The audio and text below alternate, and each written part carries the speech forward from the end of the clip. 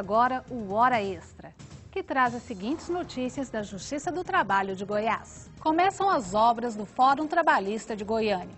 Maquete é apresentada à sociedade.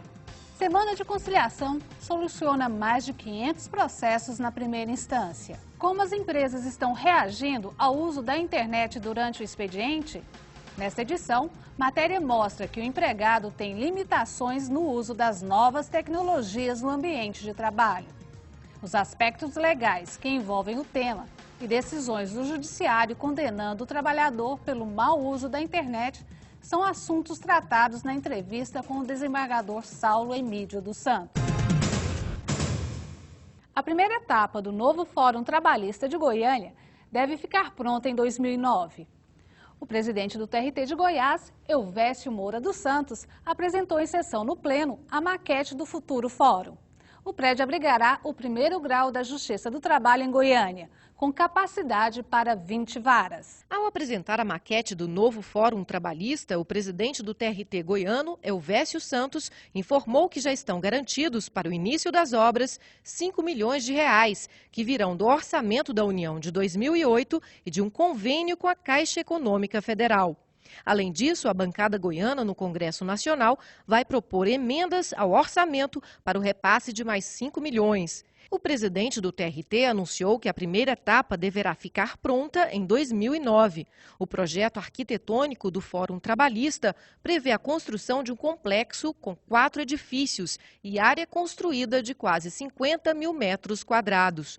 Constam do projeto 15 gabinetes do segundo grau, 20 varas do trabalho, 4 mini-auditórios para as turmas, escola de magistrados, área de convivência, 600 vagas de garagem e auditório para 600 pessoas. Algumas construções antigas do TRT já começaram a ser demolidas. O que representa para o TRT de Goiás a construção desse novo Fórum Trabalhista, inclusive com projetos de acréscimo nas varas, e nos próprios cargos de desembargador? Para o primeiro grau, eu diria que representa o resgate de um débito do tribunal para com os juízes do primeiro grau da capital, na medida em que as varas do trabalho do interior estão muito bem instaladas, a maioria em prédios novos, aquelas que não estão instaladas em prédios novos, estão em instalações readaptadas, modernizadas, portanto. Então, o primeiro aspecto é de resgate que o tribunal está fazendo daquilo que estava a dever para o primeiro grau. E para o funcionamento da Justiça do Trabalho como um todo, é a integração do primeiro grau com o segundo grau em termos de espaço físico, integração que representa maior aumento de funcionalidade dessas instalações. O TRT de Goiás decidiu incentivar a autocomposição dos conflitos com a realização este ano de 2 semanas de conciliação dentro do projeto Conciliação em Ação. Para a primeira semana, realizada no início de novembro, foram colocados em pauta 2.300 processos nas 36 varas do trabalho na capital e no interior do estado. Outra novidade foi a participação da segunda instância, que levou 135 processos para a conciliação. O balanço da primeira semana de conciliação no TRT de Goiás foi positivo, com a realização de cerca de 500 acordos nas 36 varas do trabalho.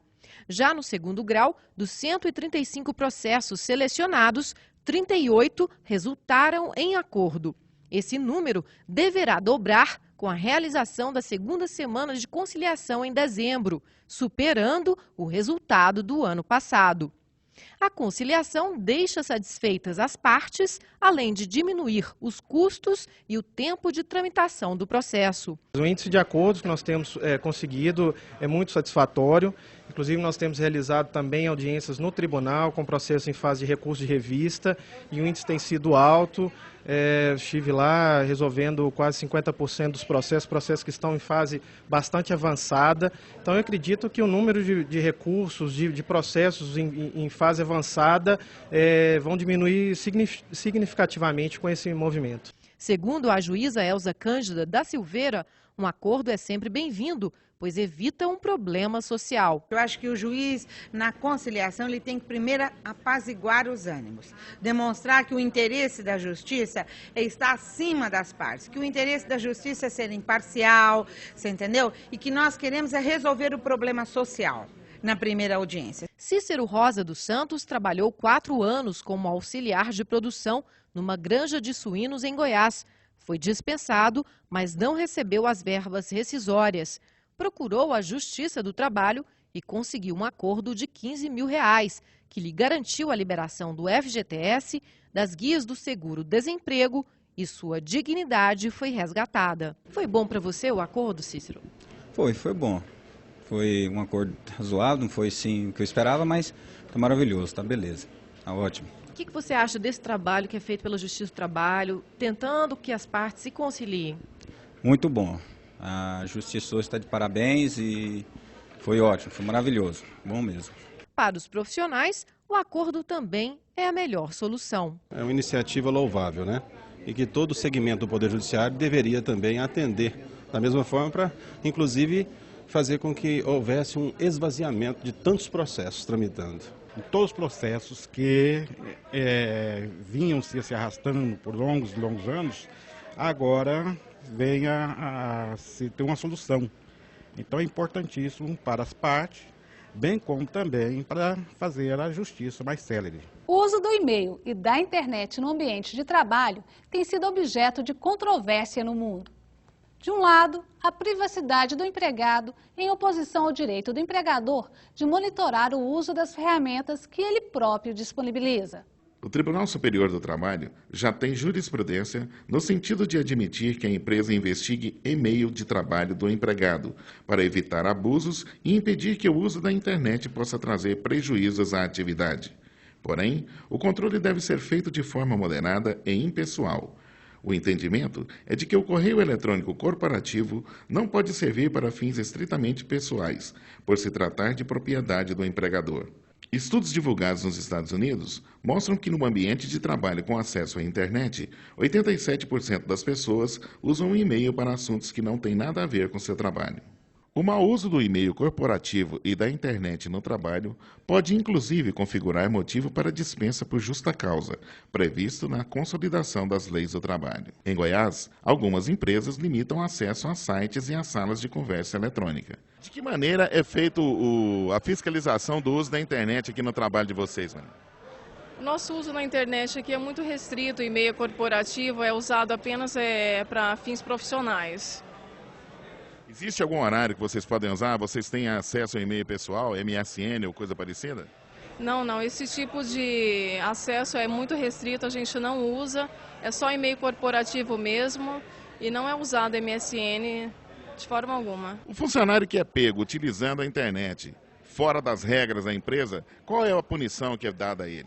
Olha, a priori ele é advertido por escrito. Se reincidir, pode ser suspenso e culminar numa demissão por justa causa. Outras monitoram o tempo de uso na internet. De que maneira é permitido o uso da internet aqui no trabalho de vocês? De segunda a sexta-feira, das 7 às 8 e das 18 às 19 horas. E aos sábados é livre, de acordo com a demanda de trabalho. É permitido o uso de qualquer site e e-mail pessoal? Não, é feito uma triagem e não é permitido. Tem um filtro que não permite qualquer acesso, só relacionado ao trabalho. Raquel, de que maneira é feito o monitoramento do uso de internet pelos funcionários? Nós temos um programa chamado VNC, feito monitoramento através desse programa, porque nós temos o horário permitido e quando os funcionários acessam a internet fora desse horário é monitorado pelo VNC.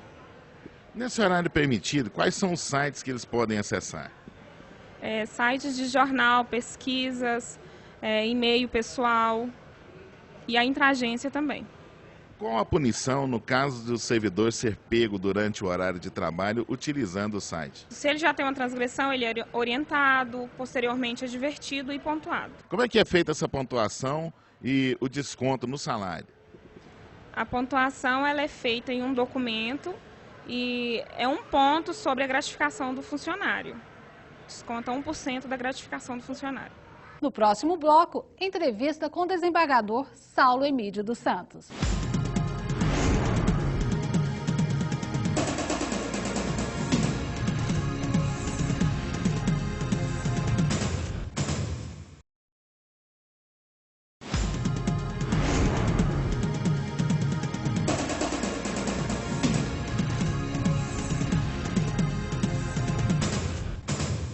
Acompanhe acompanhar as grandes mudanças na organização do trabalho ocorridas em função da implantação das novas tecnologias da informação tem sido um grande desafio para magistrados do trabalho.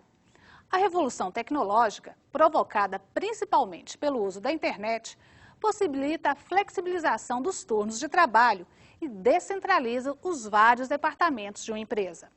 A legislação não se atualiza na mesma velocidade que as mudanças no cenário das relações trabalhistas acontecem. Um dos problemas mais comuns está na utilização dos meios de comunicação virtuais, como o e-mail. Afinal, o empregador tem o direito de fiscalizar a caixa postal de seus empregados? Essas e outras questões serão tratadas aqui pelo nosso convidado, o desembargador federal do Trabalho, Saulo Emílio dos Santos. Doutor Saulo, muito obrigada pela presença. Eu que agradeço. Doutor Saulo, com a internet nós estamos vivendo uma nova era, onde a ferramenta de trabalho mistura-se com o meio utilizado pelas pessoas, no caso empregado, interagir socialmente. Até que ponto o empregador pode estabelecer controle sobre essas ferramentas que ele coloca à disposição do empregado, sem, no caso, ferir o direito à liberdade de comunicação e também o direito à privacidade? Esta é uma questão mais ou menos recente no nosso país, que infelizmente ainda não mereceu por parte do legislador uma regulamentação específica. Nós temos apenas 3 dispositivos mais ou menos correlatos, mas não são específicos. O primeiro, na Constituição Federal, estabelecendo que a lei deverá prever proteção ao empregado contra a automatização. Além de não ser autoaplicável, depende de regulamentação, é uma norma que diz respeito mais à proteção contra a robotização das indústrias, geradora de desemprego e tal. Há um outro dispositivo, em lei ordinária, prevendo direitos autorais para o empregado que crie programas de computação, crie novos softwares. Só que essa lei, ela protege mais a empresa. O software criado por empregado a serviço da empresa não lhe dá participação integralmente da empresa. E há um terceiro dispositivo na lei criminal, equiparando a violação da comunicação de dados à violação de correspondência para efeito de tipificação criminal, apenação, etc. Fora isso, não existe mais nada. Agora, a inexistência dessa regulamentação específica não dificulta o tratamento que o judiciário tenha que dar aos problemas que vão surgindo concretamente. Na minha visão pessoal, o que mudou foi a forma de se estabelecer comunicação de dados. Passou-se do malote para o e-mail, do telégrafo para o e-mail. O tratamento que o judiciário dava na época antiga, na época do telex, do telegrama, etc., pode ser aplicado ao sistema atual. O que é necessário separar é que a comunicação esteja sendo feita em nome pessoal do trabalhador ou ele esteja se comunicando em nome da empresa para a qual ele atua. No caso de ele estar se comunicando em nome da empresa, por conta dela, por conta e risco dela, essa comunicação se chama corporativa, o e-mail corporativo. E, num segundo plano, tem a comunicação pessoal, de uso particular dele, que não é corporativa. Como a senhora disse na introdução, isso muitas vezes na prática se mistura. Quando o empregado vai fazer uso do e-mail da empresa por interesse pessoal, particular, o ideal é que houvesse uma regulamentação separando o e-mail pessoal do e-mail corporativo, porque o e-mail corporativo trata de interesses da empresa, pode tocar no patrimônio da empresa, pode criar na imagem, pode criar direitos e obrigações para essa empresa, então é natural e óbvio que ela exerça um efetivo monitoramento, controle disso, tenha acesso pleno a esse canal de comunicação. Agora, se de uma forma mais organizada o empregado rotular, identificar as comunicações, os e-mails que ele faça no interesse particular, aí esse e-mail pessoal dele é inviolável, a empresa não pode acessar. Agora, a utilização desse e-mail no interesse pessoal tem que ser autorizado pela empresa. Não existe norma assegurando, garantindo ao empregado essa utilização. Ela tem que ser autorizada ou tolerada pela empresa. No caso, então, se o empregado quiser usar o e-mail pessoal dele na empresa, teria que pegar a autorização do proprietário, do empregador. Sim, ele está ali naquele recinto cumprindo uma jornada de trabalho remunerada pelo empregador. Então, em tese, em princípio, toda a atividade dele ali tem que ser por conta da empresa, remunerada por ela. Ele não pode, em tese, gastar o tempo dele ali no interesse pessoal. É claro que, se ela autorizar de forma ao menos tácita, aí sim cria-se uma nova situação. Cria-se uma verdadeira cláusula contratual tácita, pelo qual ela passa a autorizar que ele faça a utilização pessoal. Mas falando disso, durante o dia, decorrer do dia, o empregado vai acessar a internet ou vai estar com ela acessado o dia todo, funcionando aberta para encaminhamento e recebimento de e-mails. Ele pode muito bem, no momento ali, acessar o e-mail pessoal dele e também encaminhar alguma mensagem, mesmo por desconhecimento do empregador. Caso o empregador tenha conhecimento disso, ele pode advertir esse empregado? Se houver previamente uma proibição, sim. A proibição faz parte do regulamento, regras internas da empresa, que podem ser até expressadas de forma verbal. Se houver nesse sentido e nessa situação concreta uma violação de uma proibição previamente estabelecida, pode caber punição, sim. Então, o empregador tem que estabelecer no momento do contrato as normas de conduta na empresa.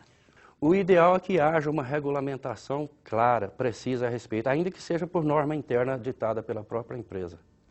Mas tem situações que complicam um pouco, por exemplo, o uso do Messenger, que a pessoa vai estar conversando com vários fornecedores ao mesmo tempo, e naquele momento ali pode talvez incluir um contato pessoal dele. Fica difícil de provar, não fica?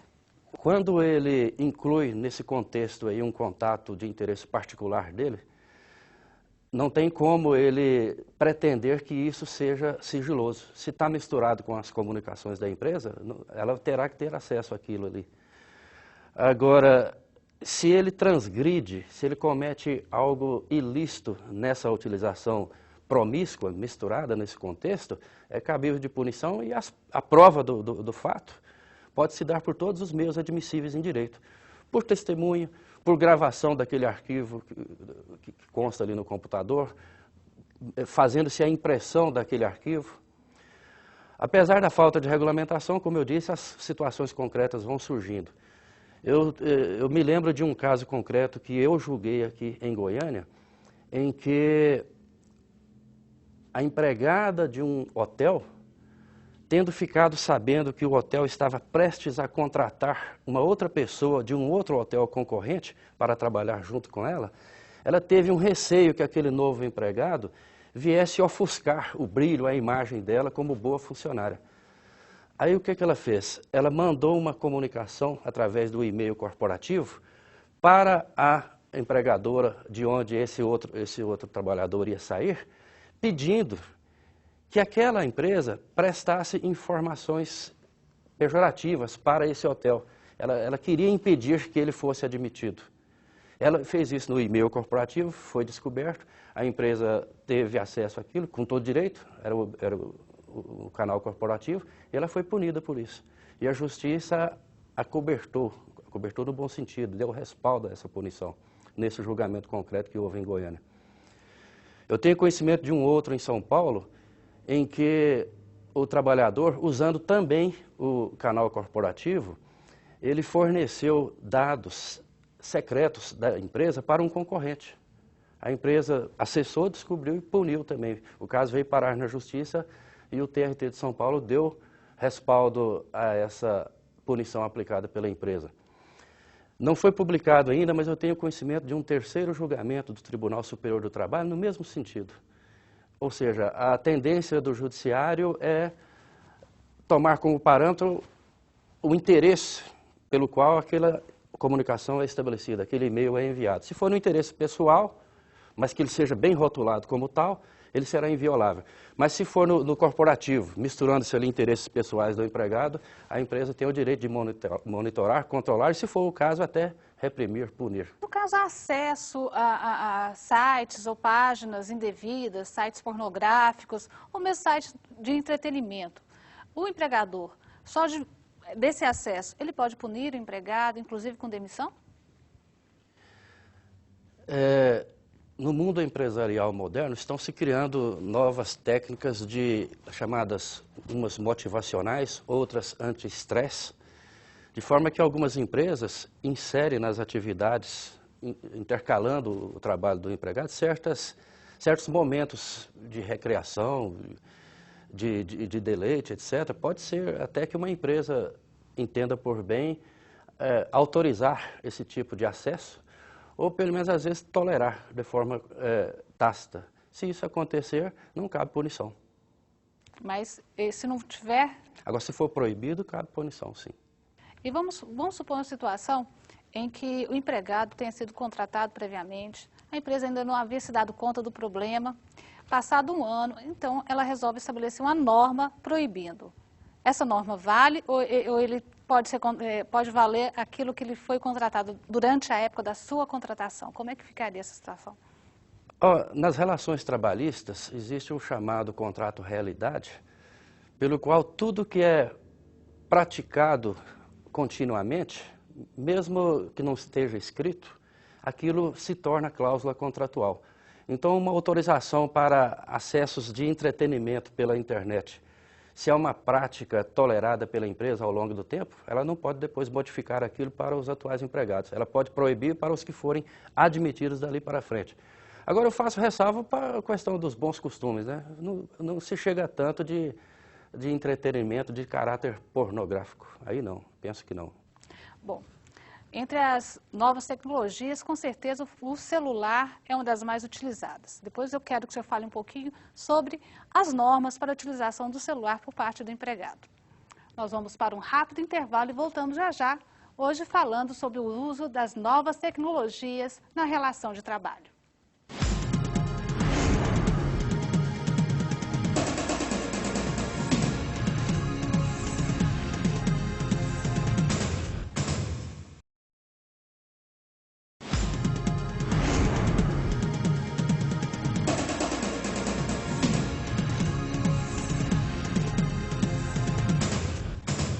Nós estamos de volta, hoje falando sobre as novas tecnologias na relação de trabalho com o desembargador federal do trabalho, Saulo Emídio dos Santos. Doutor Saulo, nas novas ferramentas tecnológicas colocadas à disposição do empregado, o celular certamente é uma das mais utilizadas. E eu vou perguntar para o senhor, o empregador pode, no caso, destinar o celular como uso exclusivo para o trabalho ao empregado? Pode. O tratamento jurídico a ser dado aí, nesse detalhe, é semelhante ao do uso do e-mail. Mudam-se as formas de comunicação, mas o conteúdo e o interesse dessa comunicação continua o mesmo. O empregador, ele assume os riscos da atividade econômica, ele investe, ele custeia aquela atividade. Então é natural que ele exerça um controle ostensivo, ao contrário do empregado que apenas coloca a sua força de trabalho à disposição do empregador para receber ordens e trabalhar como ele determina. Então, se o empregador, nesse conjunto de custeio da sua atividade, ele adquire um celular e coloca na mão do empregado para ser utilizado no interesse do serviço, é natural que ele, caso queira, exija que o uso seja exclusivo para o interesse do serviço, proibindo qualquer comunicação de interesse pessoal por parte desse empregado. Agora, é claro que, na prática, isso é difícil de acontecer. É natural que, volta e meia, o empregado utilize o celular para o interesse pessoal. Então, o que não pode haver é abuso. As situações concretas é que serão apreciadas caso a caso, mas dizer que o empregado tem sempre garantido o direito de uso pessoal do celular que lhe é disponibilizado pelo serviço, aí não há essa garantia. E quando o empregador exige que o empregado mantenha o celular ligado, mesmo fora do expediente de trabalho, o empregado tem direito a receber alguma indenização, hora extras? Não. A jurisprudência já se posicionou nesse caso, no sentido de que não. Há uma norma cogitada, lembrada por analogia, no sentido de que determinadas categorias de trabalhadores, quando ficam em casa, aguardando ordens, aguardando uma convocação para trabalhar, eles têm direito a um pagamento correspondente a 1/3 do que seria a remuneração normal dele. São as chamadas horas de sobreaviso. Anteriormente ao celular, a tecnologia criou um aparelhinho chamado BIP. Vários trabalhadores que portavam esse BIP, mas não precisavam ficar em casa, podiam circular livremente, reclamaram hora extra por causa dessa situação e a justiça negou. Não deu nem de sobreaviso. Por quê? Porque ele não precisava ficar preso em casa, ele podia circular. É o caso do celular? O celular é a mesma coisa. A jurisprudência está se posicionando quanto ao celular da mesma forma que se posicionou quanto ao BIP. Não dá direito à remuneração, nem a 1/3 de sobreaviso. É claro que se houver efetivamente uma convocação, a partir do momento em que ele atende essa convocação, aí sim começa a contar o tempo de serviço para pagamento de remuneração. Uma das possibilidades com o uso dessas novas tecnologias é da liberdade do trabalhador poder executar suas tarefas em outro lugar que não seja na sede da empresa. Exemplo, na residência ou em outro local. Não dificulta um pouco a comprovação da relação de emprego nessa situação? O trabalho chamado a domicílio está previsto na CLT desde a década de 1940. É muito comum nas indústrias, por exemplo, indústrias de confecção, o trabalhador pegar o material, levar para casa, ou então a empresa leva até a casa do trabalhador e ele vai confeccionar peças em casa, longe da fiscalização ostensiva do empregador. Isso não impede que, atendendo a determinados detalhes fáticos, isso configure vínculo de emprego. Agora, modernizando-se a coisa, é natural o trabalhador, às vezes, é aceitável, ele atuar também em casa, no computador, e estabelecendo contato com a empresa pelo correio eletrônico, enviando material que ele elabore, material virtual para a empresa, recebendo orientações, etc., também pelo meio virtual, e nada impede que isso configure um vínculo de emprego com carteira assinada e tudo, com todas as garantias trabalhistas. Agora, quanto à prova disso, também pode ser demonstrado por todos os meios admissíveis em direito. Não existe um tabelamento rígido sobre como isso deva ser provado. Pode ser desde uma mera testemunha até uma impressão de arquivos, o acesso de dados de arquivos desses pelo próprio computador.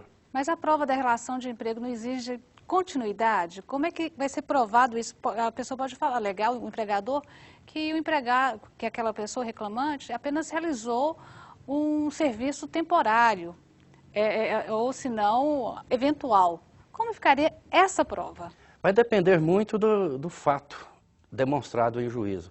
Se ficar bem provado que houve um trabalho contínuo, que não seja eventual, atendendo ao interesse permanente na atividade fim da empresa, configura-se sim o vínculo de emprego numa situação dessa. Vai depender de cada caso concreto. Vai depender da situação e do bom senso do magistrado naquele momento de analisar a situação e verificar o que realmente está acontecendo naquela relação. Se é uma relação apenas de prestação de um serviço temporário ou se realmente é algo que vem acontecendo sequencialmente ao longo do tempo. Não é isso? Exatamente. Doutor Saulo, muito obrigada pela presença. Eu que agradeço a oportunidade. Essa edição do Hora Extra fica por aqui. Muito obrigada pela sua atenção e até a próxima edição.